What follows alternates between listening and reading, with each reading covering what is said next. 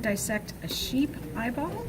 So starting with our outer anatomy, we can see here's the cornea here. You can just barely see the pupil in there. That's the opening of the iris.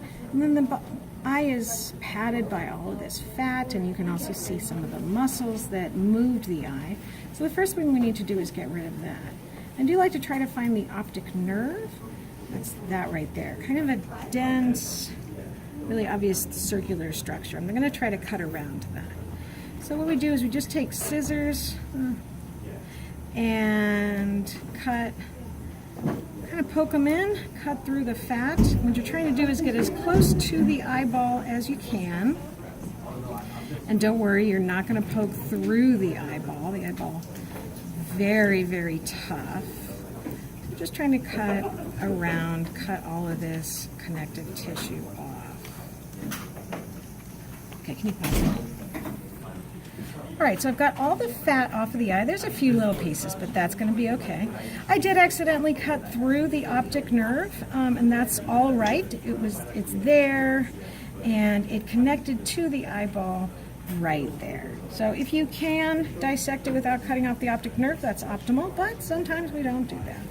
All right, and then we're going to take our scalpel, lay the eyeball on its side. We're going to do a coronal cut, and you just want to try to scrape along the eyeball and then kind of try to poke it in. It may squirt a little bit, hopefully not much.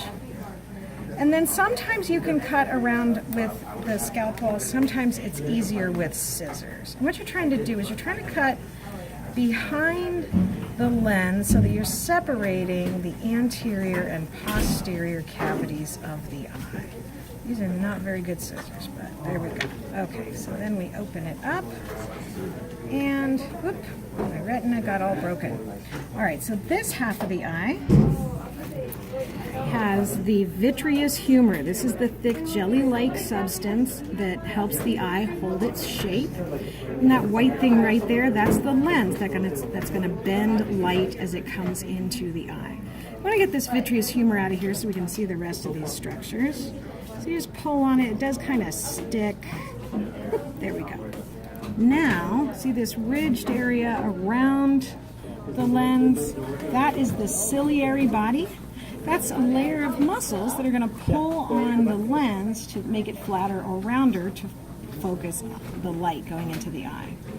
Lift up the lens, you can actually see here the suspensory ligaments connecting the lens to the ciliary body. These are the things that actually pull on the lens.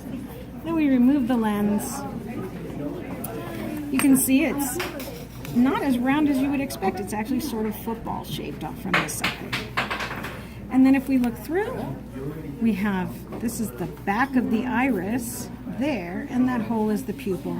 Through there we can see the cornea there. And of course the cornea is cloudy because of the preservative we used on the eye. All right, now this side of the eye, this is the back of the eye, and this tan layer is the retina. It's very thin, it's very fragile, almost always breaks when we open the eye. And there we go, we can put it back mostly. There we go. So that's what the retina looks like. That's where the actual neurotransmitters are going to be, and the photoreceptors that actually respond to light. You can just lift the retina away from the choroid because it's not actually attached. So you can just lift it away. That black layer there is the choroid, and you can see it separating from the sclera that sits behind it. That's that outer tough white layer of the eye.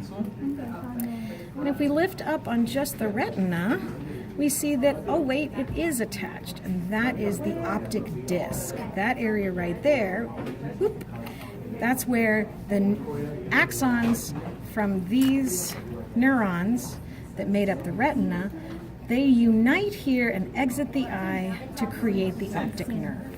This area is called the optic disc. There are no photoreceptors there, so that's your blind spot. Now, if this were a human eye, the whole back of the eye would be black, but it's the eye from a sheep, and so we have this layer, this blue layer here, and that's called the tapetum lucidum. It's somewhat reflective, and it helps to reflect light back on the retina so that we can see better, the sheep can see better in low light. When we pull up the choroid, that tapetum lucidum is going to come up as well. It's actually attached to the choroid. And that's our eye dissection.